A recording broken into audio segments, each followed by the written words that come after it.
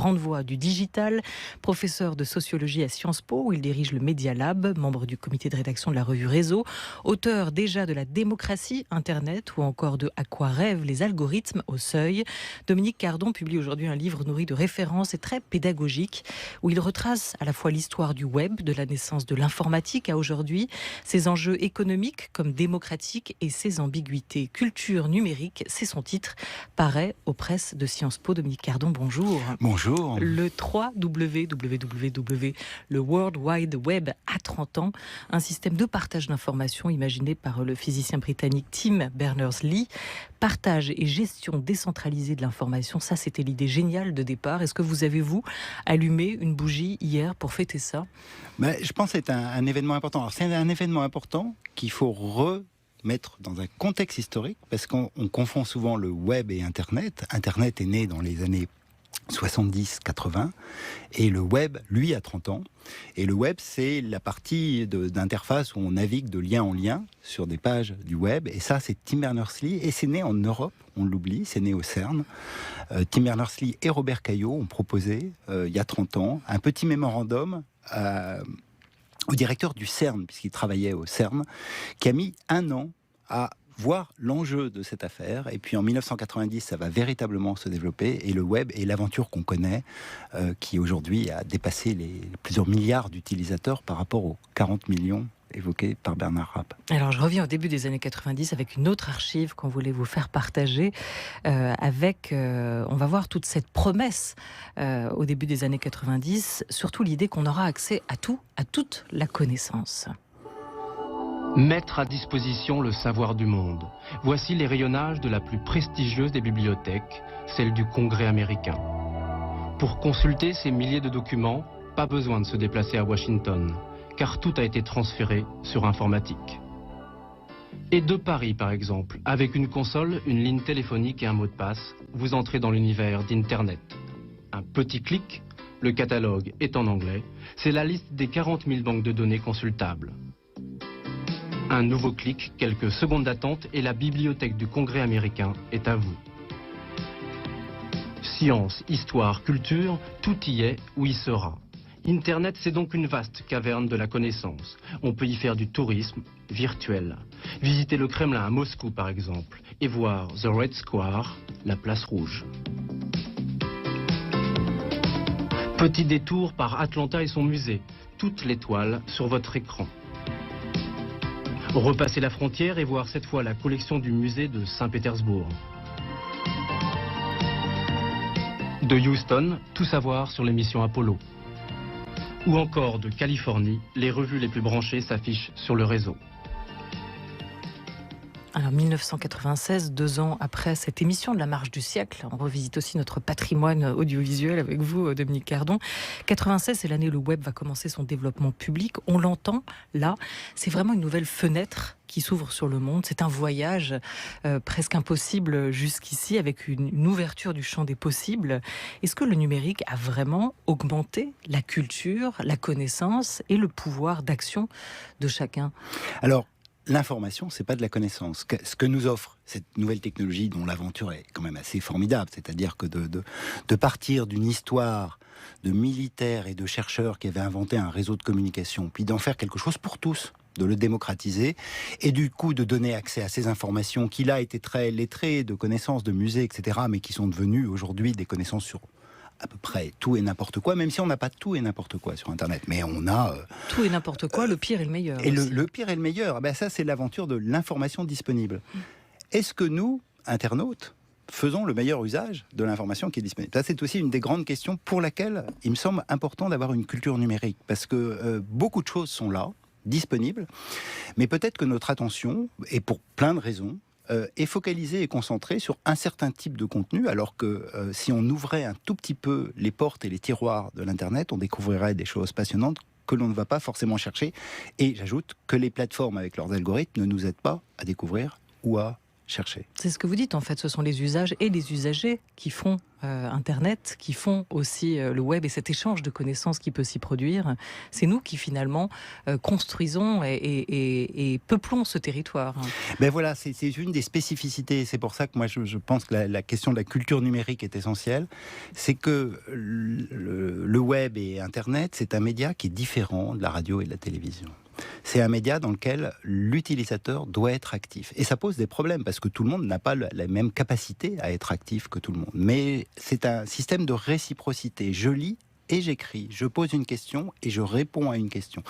Et cette idée qu'il faut participer à la fabrication des usages et des outils est très importante dans la culture numérique. Et évidemment, on voit bien qu'un des enjeux, 30 ans après la naissance du web, c'est qu'il y a des asymétries incroyables qui se sont faites, que de plus en plus, nous sommes des utilisateurs un peu silencieux, pas si actifs que ça, et que les plateformes nous guident, nous orientent et conduisent nos pratiques. Et donc, il y a une asymétrie qui s'est faite dans l'idée de la réciprocité initiale qui est propre à la culture numérique. Parce que quoi ? Parce que débordé par la technologie ? Par un savoir-faire qui nous semble trop complexe.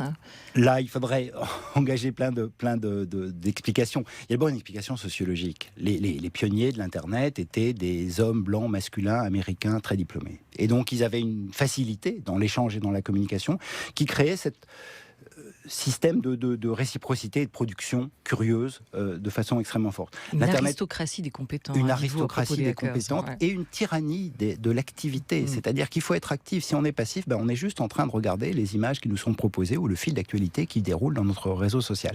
Si on n'est pas engagé, il y a quelque chose qu'on perd de l'expérience du numérique. Et l'idée de la culture numérique, c'est d'essayer de redonner un peu de pouvoir, comme ça, à l'utilisateur, pour qu'il s'empare aussi de ces technologies, pour ne pas les regarder de façon trop passive dans les services qui lui sont proposés. Alors, vous donnez une définition de cette culture numérique. Vous dites que la culture numérique telle que vous l'entendez dans ce livre qui porte ce titre est la somme des conséquences qu'exerce sur nos sociétés la généralisation des techniques de l'informatique. Parce que le numérique est certes une technologie, mais c'est d'abord pour vous une culture, et c'est celle que vous nous racontez, ces enjeux politiques, démocratique, économique, mais d'abord aussi son histoire. Alors si on fait un petit retour aux origines, dans quel état d'esprit a été créé Internet ?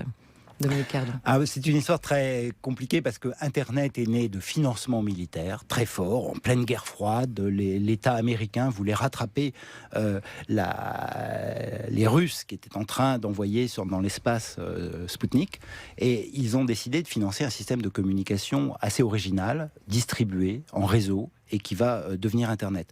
Mais très très rapidement, dans l'histoire d'Internet, de ses premiers usagers, va se greffer sur ce nouveau réseau, et puis cet ordinateur qui va devenir un ordinateur personnel dans les années 70 et dans les années 80, l'idée de la contre-culture, et l'idée d'une culture qui est plutôt libertaire, qui est plutôt participative, qui est orientée vers les valeurs de la communauté, qui est une sorte d'individualisme augmenté par l'ordinateur pour pouvoir faire réseau avec la société. Donc c'est pas un individualisme solitaire, c'est un individualisme qui essaye de faire communauté, mais qui a en revanche une sorte de méfiance à l'égard, à l'époque du marché et aussi de l'État, pour dire finalement c'est la société civile qui se connecte, c'est la société civile qui accède aux informations, c'est elle qui produit des services, c'est elle qui définit les règles d'usage des communautés, et ça va fabriquer des valeurs qui vont façonner une culture numérique qui va être fortement impliquée dans Wikipédia, dans le logiciel libre et dans beaucoup de communautés qui vont aussi réguler les instances techniques de l'Internet. Avec notamment l'idée d'autonomie de l'individu. Avec ça, une idée d'autonomie de l'individu et une sorte d'autonomie aussi des fameuses communautés qui définissent pour elles-mêmes leurs propres règles de fonctionnement, ce qui, on le voit aujourd'hui, bien après, ne cesse de poser des problèmes quand des États cherchent à dire aux infrastructures techniques de l'Internet qu'il y a un certain nombre de choses qu'elles devraient réformer, réguler ou auxquelles elles devraient être attentives alors qu'elles ne l'ont pas toujours été. Autre maître mot, celui de coopération. Internet est un outil coopératif, on le disait, façonné par les usages de tous, de manière aussi coopérative. Donc ça, c'est un des mots importants. Internet a quand même été fabriqué en logiciel libre. Qu'est-ce que cette liberté impliquait ? Mais le logiciel libre, c'est une des inventions importantes de la culture numérique. C'est véritablement l'idée que les programmes sont ouverts. face, et à l'époque, c'était Microsoft qui était l'ennemi, on pourrait dire, parce que ces programmes étaient fermés et développés par un certain nombre de développeurs salariés de l'entreprise Microsoft. Ce qu'a inventé la communauté du logiciel libre, c'est de dire, en fait, tout le monde peut contribuer. Alors évidemment, tout le monde ne contribue pas, en réalité. Et il y a une très forte hiérarchie des méritants à l'intérieur de ces communautés. Mais c'est l'idée qu'on peut transformer, amender et partager des développements du logiciel avec d'autres, et que du coup on produit quelque chose qui va devenir très central dans le monde des cultures numériques, l'idée de l'ouverture et de la transparence. On partage avec les autres, et ces partages va être celui des photographies, va être celui du savoir, va être celui des connaissances, va être celui qui était très fort dans la culture numérique aussi, d'une hostilité aux droits de propriété intellectuelle qui empêche ou qui limite ou qui contient la possibilité d'échanger et de partager des contenus qui ont été pris, remixés, transformés par les internautes. Ça, c'était le rêve des pionniers qui a largement aussi cette philosophie imprégné les débuts de la Silicon Valley. Est-ce qu'aujourd'hui, je fais un saut dans le temps, mais pour vous, cette notion de bien commun, Dominique Cardon, elle s'est perdue? Est-ce qu'elle a été dévoyée? Alors, ce qui est très compliqué dans l'évolution d'Internet, c'est qu'on est parti d'un petit monde, puis ce monde est devenu notre monde, notre quotidien, le plus ordinaire, etc. Et donc, dans cet effet de massification, évidemment, le pouvoir des entreprises et des États sur le réseau s'est considérablement accru, a créé les asymétries dans l'usage que j'évoquais tout à l'heure. Et on peut avoir un peu le sentiment qu'ont certains des pionniers, justement, un peu nostalgiques, mais alors c'est toujours la même chose, que quelque chose a été perdu.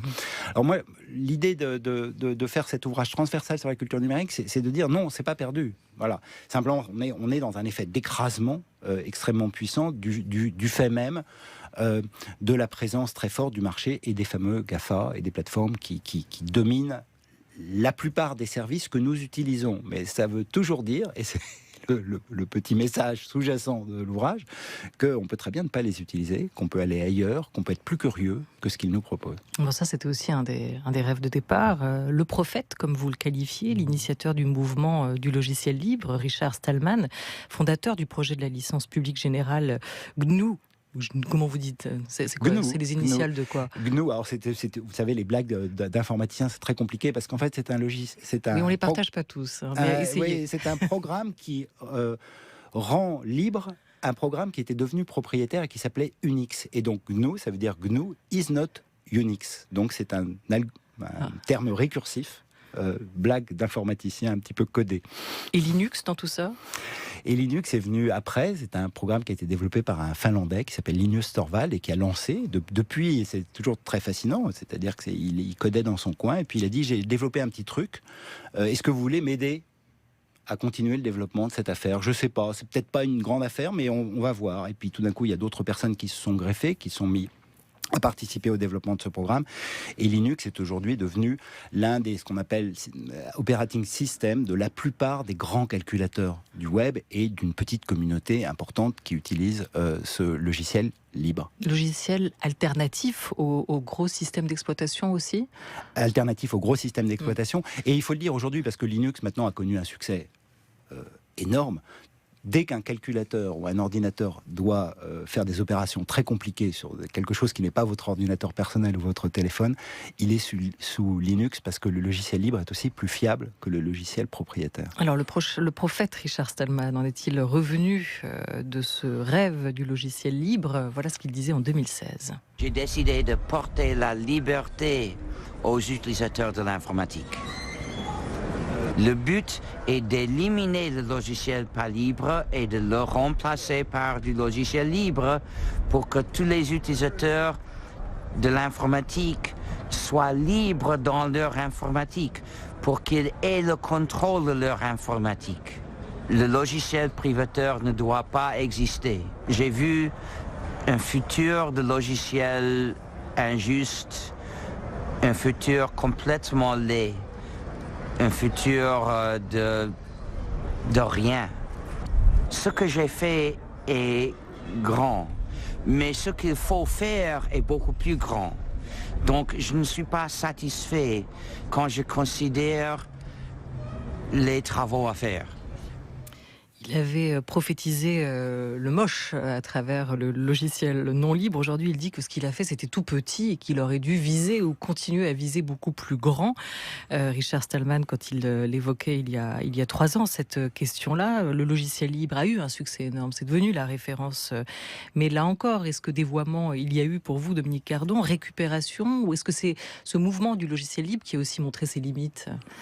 Alors bon, c'est un mouvement qui, d'une certaine manière, a ses limites au sens où il faut des compétences techniques importantes pour bénéficier de cette chose formidable et très importante que mentionne Richard Stallman, qui est la liberté de l'utilisateur.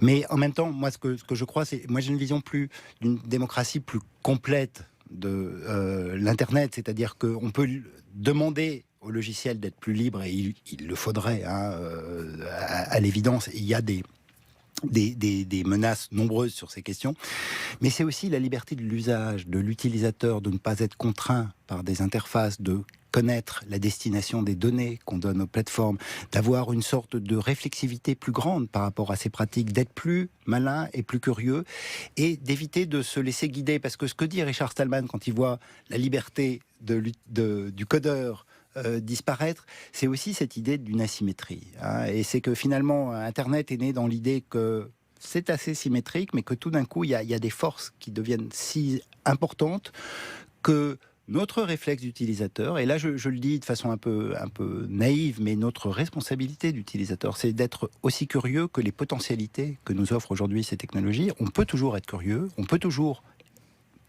exprimer cette liberté. Mais bon, les réseaux sociaux nous font défiler le fil d'actualité, et puis on regarde, et puis on devient un petit peu idiot à regarder toute une série de choses qui ne sont pas nécessairement les choses qui nous intéressent, alors qu'à 2 clics, il y aurait des choses qui pourraient nous passionner. Donc il y a aussi, dans la culture numérique, quelque chose qui doit renvoyer au couple que forme la société des utilisateurs et les technologies qui sont présentes, pour que nous ne soyons pas trop passifs à leur égard, et c'est pour ça qu'il faut une culture numérique. D'où l'enjeu de la connaissance, et vous le dites aussi, l'enjeu de marcher sur ses 2 pieds, c'est-à-dire à la fois savoir coder et savoir décoder les enjeux de cet univers-là. Juste, vous évoquiez tout à l'heure ce grand monde dans lequel nous naviguons aujourd'hui, ce grand monde du numérique. Est-ce qu'on peut le cartographier, cet écosystème numérique? C'est un territoire qui nous semble tellement vaste aujourd'hui qu'on ne sait pas vraiment comment l'aborder. Si vous étiez, vous, le guide d'une visite organisée, vous commenceriez par où? Alors, moi, c'est ce que j'ai essayé de faire dans le livre, c'est-à-dire de faire une grande traversée du numérique, hein, qui prend l'histoire, la sociologie, la culture, la sociabilité, la politique, les technologies, de le traverser. Mais en fait, le numérique n'a plus de cartographie. Et c'est pour ça que c'est important d'avoir une culture numérique. C'est bien de se dire que cette chose qui était un peu spécifique, aujourd'hui, c'est notre monde. C'est les déplacements, c'est l'économie, c'est les relations sociales, c'est les rencontres amoureuses, c'est la navigation GPS pour nous guider vers tel ou tel chemin, c'est les choses qu'on envoie sur les messageries à tout instant de la journée. Donc en fait, le numérique, il s'est incorporé dans notre société, et d'une certaine manière, la carte et le territoire, là, se sont confondus.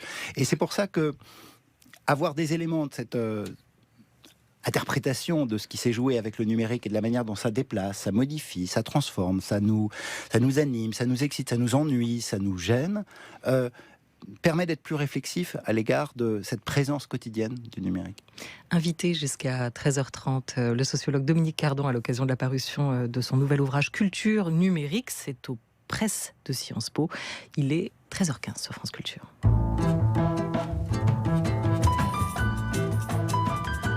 France Culture. La Grande Table. Olivia Gesbert. Pour décoder, il faut connaître l'histoire, mais pour avancer, il faut aussi savoir où tout cela nous mène, jusqu'où mèneront les technologies numériques. C'est l'autre grande question. Et pour tenter de l'aborder, on a beaucoup tendance à se fier ou à se saisir de la fiction. Sur le système de notation en ligne, je vous propose un extrait de la série qui fait frissonner, j'en perds mes mots, Black Mirror. C'est vraiment une série qui envisage notre monde à travers une technologie dystopique. Extrait. Si on regarde en détail la courbe de vos chiffres, vous jouissez d'une belle notoriété, avec une évolution forte. Voyons vos dernières 24 heures. Vous voyez, même si... Dites donc, 8h40, bravo, vous travaillez dur sur vos relations.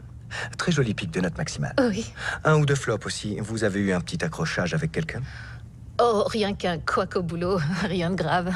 D'accord. On va vérifier votre sphère d'influence, si vous le voulez bien. Très beau cercle extrinsèque. Des inconnus vous suivent, c'est un plus. Votre cercle privé est plutôt sain. C'est une bonne chose. Merci beaucoup. On est loin du compte. Mais 4.5 est tout à fait envisageable. Et d'après vous, ce serait long? Pour atteindre cette note?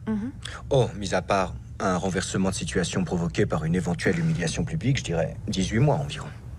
C'est ça l'avenir que le numérique nous réserve pour vous, Dominique Cardon? Je crois pas. je crois pas. Même si évidemment il faut y être très très attentif. Mais alors c'est un des autres problèmes du numérique, c'est qu'il suscite le fantasme. Hein, et le fantasme est soit le fantasme d'une promesse, ça va changer, ça va révolutionner, ça va démocratiser, soit des sortes de dystopies qui sont des dystopies issues de la science-fiction. J'adore la science-fiction, mais elle est assez mauvaise conseillère sur les usages. Alors là, sur les histoires de réputation, on se fait... Et on a raison d'être très vigilant sur ces questions. Et c'est vrai qu'on est entré dans un système où nous notons régulièrement. Mais l'idée de cette série, qu'on aurait une note globale qui serait la somme de nos réputations, est sociologiquement infondée, parce que nos réputations, elles sont liées à celui qui nous note. Et il y a des contextes très différents. Je peux avoir une bonne réputation, par exemple, dans le milieu académique, mais elle est absolument nulle en ping-pong ou en football. Si j'agrège toutes ces notes, comme on essaie de le faire beaucoup de services, du web d'ailleurs dans les années 2010, pour en faire une note globale des individus, on agrège en fait des carottes et des choux. Ça ne veut pas dire grand-chose. Les services qu'il avait proposés ont mis la clé sous la porte. Alors, je prends cet exemple parce qu'il est au cœur de beaucoup des débats sur le numérique. La culture numérique, c'est aussi ne pas se laisser prendre par tous les discours ambiants des prophètes et des Cassandres. Et on le voit là beaucoup sur l'intelligence artificielle qui est en train de nous annoncer le meilleur avenir ou le pire. Hein. La réalité, c'est qu'il faut aussi creuser un tout petit peu ces technologies, être plus curieux, de voir quelle est leur histoire, de comprendre qu'est-ce qu'elles font de très bien, mais qu'est-ce qu'elles ne savent pas vraiment faire, mais que des gens vendent comme la possibilité de changer beaucoup de choses. Et du coup, ça permet d'avoir un regard plus réflexif, critique et distant à l'égard de tout ce qu'on entend sur les avenirs technologiques. Là... Mais c'est aussi un miroir grossissant qui nous fait réfléchir à nos usages. Et vous n'avez cessé de le dire déjà depuis une vingtaine de minutes, Dominique Cardon. C'est nous qui faisons le web et Internet aujourd'hui. C'est-à-dire, ce sont nos pratiques et ce qu'on choisit d'en faire. Et c'est absolument. Et du coup, revenir de façon réflexive sur nos pratiques me semble toujours beaucoup plus intéressant que de se laisser embarquer dans les rêves de science-fiction, même s'ils ont des effets importants, de nous faire réfléchir à des grandes questions, hein, je le dis pour l'intelligence artificielle aujourd'hui, éthique, morale et politique, parce que c'est évidemment des enjeux qui sont importants. Mais en fait, la réalité des technologies et des promesses qui sont faites ne sont pas tout à fait là derrière, en fait. Alors, il y a un autre polar qui vient de sortir là, au début du mois, de Benjamin Fogel, La transparence selon Irina chez Rivage, qui est une réflexion sur les notions d'identité et de réalité dans un futur où le réseau sera vraiment le lieu de nos vies et de notre épanouissement, avec toute la question à la fois de la vérité sur le web et Internet, du contrôle des données aussi, de nos comportements citoyens. Ça, c'est une question que vous soulevez aussi dans cet ouvrage, celle de l'identité. Qu'est-ce qu'une identité numérique ? Alors, le numérique accompagne pour moi des transformations, des modes d'individuation de nos sociétés. C'est-à-dire qu'il a donné du pouvoir aux individus pour se fabriquer dans des sociétés aussi individualistes, dans lesquelles on doit fabriquer sa réputation par rapport à chacun, de construire une identité, des facettes, se sculpter. Et il y a un côté d'entrepreneur de soi dans lequel chacun va, sur ses différents réseaux sociaux, essayer de fabriquer son identité. Et donc, vous dites que sur le web, l'identité est largement hétérodéterminée. Alors, elle est aussi construite par le regard des autres. Elle est construite par le regard des autres, parce que chaque plateforme fait que... alors ça, vous le savez, enfin, je pense les auditeurs aussi, c'est qu'on publie une photo de profil, mais si elle n'a pas de like, on en met une autre. Donc on voit bien qu'en fait, ce qu'on attend de notre identité, c'est aussi la reconnaissance que les autres vont lui accorder. Et donc il y a un travail nouveau et qui traverse doucement, secrètement nos sociétés, mais qui est en fait en même temps dans la production des subjectivités contemporaines qui devient complètement essentielle, c'est que nous sommes à la recherche de ces micro-glorioles que l'on peut acquérir sur un réseau professionnel, sur un réseau de sociabilité, sur un réseau, etc. Il y a quelque chose qui se joue autour de la fabrication de l'individu, dans lequel le numérique a beaucoup joué. Fabrication de l'individu, mais aussi fabrication de connaissances réflexives sur qui nous sommes, qui nous apprécie, quels sont les messages qui intéressent les autres ou les messages qui n'intéressent pas les autres. Donc il y a une nouvelle manière, effectivement, de constituer la société qui apparaît avec Internet et qui met en tension l'idée des identités de groupe. Et nos sociétés sont fabriquées sur des catégories de diplômes, d'appartenance à des métiers, à des professions, à des territoires.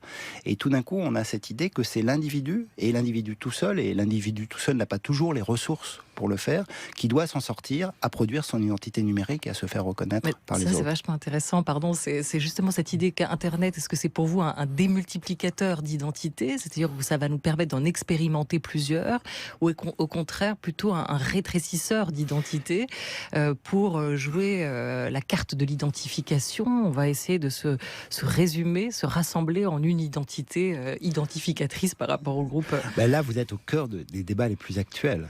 C'est que moi, je pense qu'au fond, je ne dirais pas l'Internet des pionniers, mais on a beaucoup joué avec cette idée d'avoir des identités multiples qui appartenaient à des plateformes multiples et qui permettaient cette fabrication créative de soi-même, ne pas toujours être soi-même, être un avatar, être plusieurs personnes, explorer sa propre subjectivité. Le risque qui apparaît aujourd'hui avec les grandes plateformes, et puis vous voyez, Facebook vient d'annoncer qu'ils allaient fusionner ensemble la messagerie de Facebook, d'Instagram et de WhatsApp.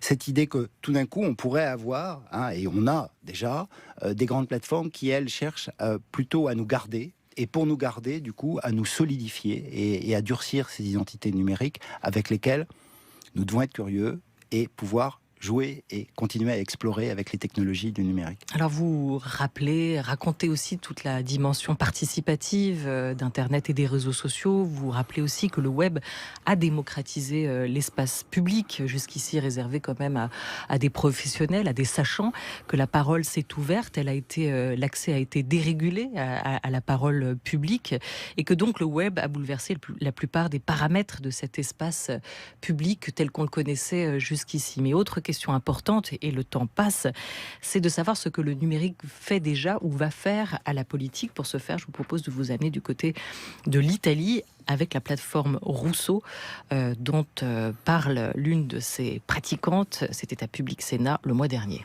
On a choisi par la plateforme Rousseau 329 citoyennes qui aujourd'hui sont élues dans le Parlement italien, dans le Sénat et dans la Chambre des députés. Et sont élues par la plateforme Rousseau, sont nommées.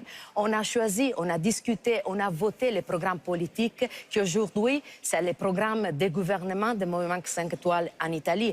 On a choisi les chefs politiques, Luigi Di Maio, par la plateforme Rousseau. Et alors, je ne crois pas qu'en Europe, il y a un parti politique, un mouvement politique ouvert comme le mouvement 5 étoiles qui utilise la démocratie directe comme nous.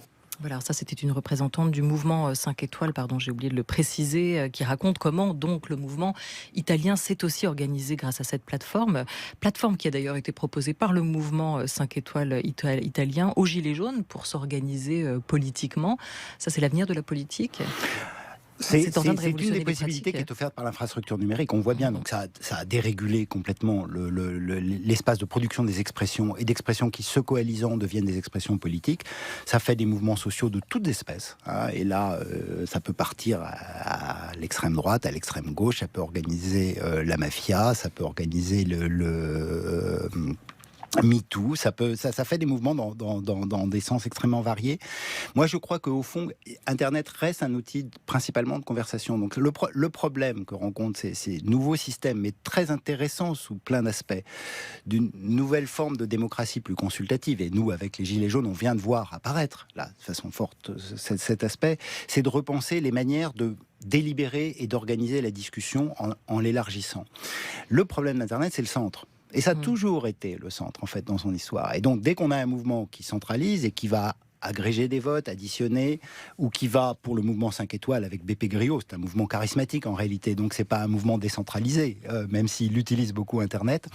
On a des risques de reproduire des phénomènes qui, à mon avis, sont politiquement moins intéressants que les procédures délibératives de discussion et d'expression de public qui n'avaient pas les mêmes capacités d'expression précédemment, et on le voit vraiment avec les pages Facebook des Gilets jaunes, des potentialités qui me semblent plus intéressantes que ces dispositifs. Mais c'est un espace de dérégulation aussi pour vous, à la fois juridique, des pratiques numériques, ce qui se joue là, et c'est un espace, est-ce que c'est aussi un espace qui peut menacer les institutions telles qu'on les connaissait aujourd'hui? En gros, est-ce que c'est une vraie alternative? Une grande partie des débats, effectivement, c'est que ça court-circuite.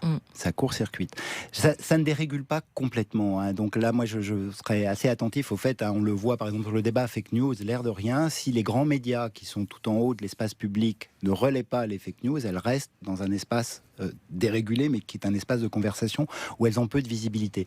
Mais si les grands médias se mettent à s'en emparer, elle circule. Et donc on a constamment ces débats effectivement entre des institutions traditionnelles ou des grandes entreprises fonctionnant avec des modes d'organisation des marchés traditionnels qui sont court-circuités par la possibilité de petits offreurs ou de petits individus ou de petits producteurs d'opinion de temps en temps d'avoir du succès et de faire écho et du coup de créer de la turbulence quand même dans les systèmes traditionnels. Un dernier point essentiel, celui de la souveraineté numérique. On passe de Black Mirror à la dernière saison plutôt du Bureau des légendes, avec un scénario qui était abordé. Le gouvernement russe qui aimerait mettre en place un Internet indépendant des serveurs étrangers. Un projet de loi a été déposé et les Russes sont sortis, certains d'entre eux, dans la rue pour manifester. Ils réclament la liberté sur Internet. Plusieurs milliers de personnes ont manifesté à Moscou contre un projet de loi visant à doter la Russie d'un Internet indépendant. Une manière de renforcer la sécurité informatique selon le gouvernement, une menace pour la liberté selon ces manifestants. Une sorte de rideau de fer numérique est en train d'être mis en place, sur le même modèle que le grand firewall de Chine. À tout moment, ils pourront appuyer sur le bouton rouge et ainsi isoler l'Internet russe du reste du monde. Pour ces détracteurs, cette loi est vue comme une tentative de contrôler les contenus diffusés sur Internet en bloquant l'accès aux sites étrangers. Alors voilà, c'est des projets qui sont aussi envisagés d'une certaine manière en France, Dominique Cardon, et c'est la vraie question. Que choisir entre la souveraineté nationale avec des libertés individuelles qui sont quand même aussi en partie menacées, ou laisser tout cela ouvert, libre, avec le risque de dépendre de puissances étrangères? Bon, alors je pense que les projets de souveraineté française ne ressemblent pas aux projets russes, qui sont des projets isolationnistes où on coupe l'Internet, on fait un intranet national, hein, la Chine le connaît, on a des situations différentes dans les pays autoritaires de ce type-là. En revanche, il y a un enjeu dans le combat contre la domination qu'exercent aujourd'hui certains États et les GAFA pour remettre de la symétrie dans le système. Et là, dans ces cas-là, effectivement, il faut demander à nos États de nous aider à réguler, notamment sur les aspects de données personnelles ou sur les aspects de fiscalité, de réguler le système mondial, mais pas de s'isoler de ce système mondial. Mais encore une fois, moi, ce que je crois, c'est dans l'esprit des pionniers, c'est que avant de demander à l'État de traiter les problèmes, même si c'est très important de le faire sur les dossiers que j'ai évoqués, il faut aussi que chacun prennent ça en charge dans ses usages et dans ses pratiques. Et donc cette idée de culture numérique, c'est aussi de dire, c'est une manière d'être passif, de dire c'est à l'État de régler le problème. Hein. Alors il faut que l'État demande aux plateformes de payer des impôts, par exemple, ça, mais, évidemment. Mais si on leur demande de venir réguler, d'interdire des contenus, de commencer à avoir des serveurs qui sont propres, ça me semble potentiellement liberticide. Ça peut valoir aussi d'ailleurs pour les fake news et la question de l'information. Absolument. Un grand merci à vous, Dominique Cardon. Culture numérique, alors le champ des sujets abordés est encore plus vaste dans ce livre. Merci en tout cas d'être venu l'évoquer avec nous. Un grand merci.